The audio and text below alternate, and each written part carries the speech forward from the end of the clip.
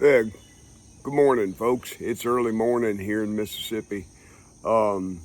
We are in the season of Pentecost. Actually, it's ordinary time, technically speaking. The time following Pentecost. I call it Pentecost season. Uh, and our lesson for this week comes to us from the Gospel of John, chapter 21, the first 14 verses. You may want to pause the video at this point and turn to your New Testament and read those passages. It's only 14 verses from John chapter 21. Tell you what, pause that video right now. Go to that passage, read those verses, and then come back to the video, okay? Pause it now.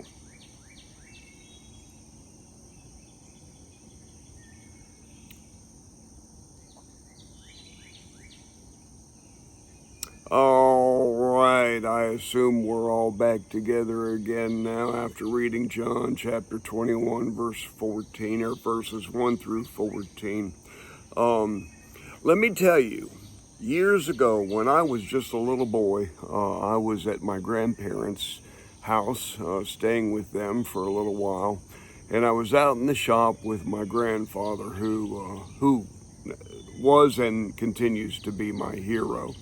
And he said something to me that stuck with me, although I didn't really understand the depth of the wisdom of his words until years later. But he said to me, Don, a man who knows what he does best and then does it is a wise man. Again, as I said, I never fully understood the depth of the wisdom of those words until years later when John 21, these first 14 verses, captured my attention. Let me tell you the story in that passage because it's a fascinating story. 7 of the apostles were standing around their boats on the north shore of the Sea of Galilee. You need to know that 7 of the 12 original apostles were actual fishermen. There was another one that was associated with the fishing industry. That means 8 out of the 12 apostles that Jesus called were associated with fishing. Apparently, this was an important thing for Jesus, this skill that these men had. But at any rate, they were standing around their boats there on the north shore of the Sea of Galilee. And you need to know that Jesus had already appeared to them twice in the upper room. The first time was the day that he was resurrected. That evening, he showed up in the upper room. And then a week later, he showed up in the upper room and they were locked up in the room again. And although they saw him and witnessed his presence, they saw him eat food, but he walked through locked doors that weren't open at all. It all had them puzzled. They were very, very puzzled.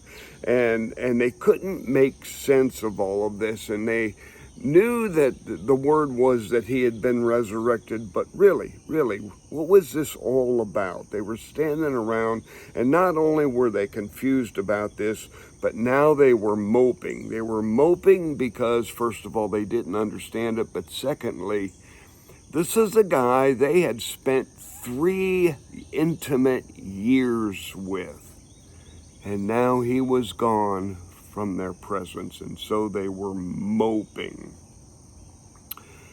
And all of a sudden, Peter slaps the boat that he's standing next to and boldly exclaims, "I'm going fishing." And immediately the mood changed from one of useless moping to a sense of purposeful adventure, from feeling lost to finding themselves. And don't you know, the other 6 guys exclaimed, "If you're going fishing, we're going fishing too." You see, fishing was what they did best. It's why Jesus called them to be his apostles in the first place. Who better to be fishers of men than those who know how to fish professionally? And the first lesson we bump into as we go through this story is this: the Spirit of Christ is alive and present in your life if you're doing what you do best, according to your God-given talents, abilities, gifts, and skills. It's a good lesson. Well, they went fishing, and they fished the rest of that late afternoon and on into the night. In fact, they fished all night long, but they didn't catch a thing. They fished everything they had in the boat. They fished minnows, they fished worms, they fished night crawlers, they fished crickets, they fished rubber worms, they fished rubber salamanders, they fished lures, topwater lures, rooster tails, they fished mid-level lures, they fished everything in the tackle box and nothing worked. They fished all night long and caught nothing. And by dawn, they were frustrated beyond measure. And then from out of that early morning darkness, they heard a voice calling from the shore. Throw your nets to the right side of the boat. I can just hear Peter or one of the other guys saying, look, I don't know who you are, but we've been out here all night. We fished every bit of water in this sea. We fished top water, bottom water, mid water. We fished the shore. We fished the flats. We fished everywhere you can possibly fish. We fished the left side and we have fished the right side. But just to show you that there are no fish to be caught in this lake on this day, we're going to go ahead and throw our nets over onto the right side of the boat. Well, they did. And they caught fish. They didn't just catch fish, they caught lots of fish. In fact, John records that they caught 153 fish. Now, there may be a little bit of fisherman's exaggeration in there, but the fact of the matter is they caught a lot of fish. And the second lesson that we can extract from this story is this: the Spirit of Christ is alive and present in your life at the point of your deepest frustration. If you're doing what you do best, according to your God-given talents, abilities, gifts, and skills. Well, right away they knew it was Jesus who had hollered out from the shore, and so as fast as they could, they headed for the beach. And when they got there, don't you know, Jesus had a fire going? He was cooking fish and bread right there on that open fire for breakfast. And these 7 fishermen were hungry. They had been out on the water all night long and they hadn't eaten a thing.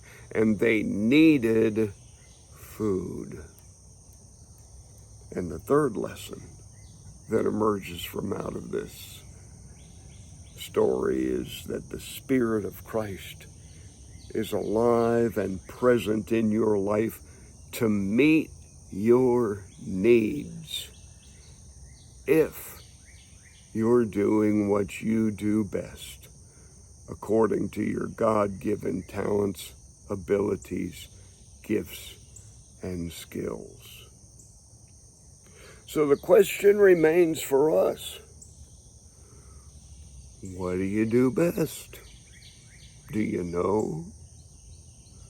We live in a world where we are pulled in a lot of different directions, and so we're required to do a lot of things. But each one of us has been imbued with spiritual gifts. And beyond that, God gives us a unique bundle of talents, abilities, gifts, and skills. Take the first letter of each one of those words. T-A-G-S, tags. Each one of us has been tagged uniquely in an extraordinary fashion.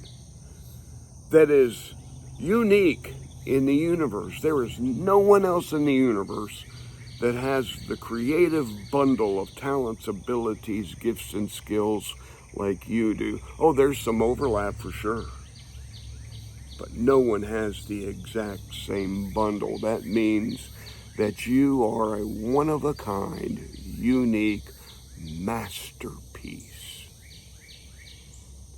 But the pressing question is, from that unique, extraordinary masterpiece bundle of talents, abilities, gifts, and skills, what do you do best? It's what my grandfather was trying to communicate to me all those many decades ago when I was a little boy. He said that's what makes a wise man. A man who discovers what he does best and then does it is a wise person. So I'll leave it with you. What do you do best? We'll see you next time here at Doc Patterson YouTube. All right. Take care, folks. Bye-bye.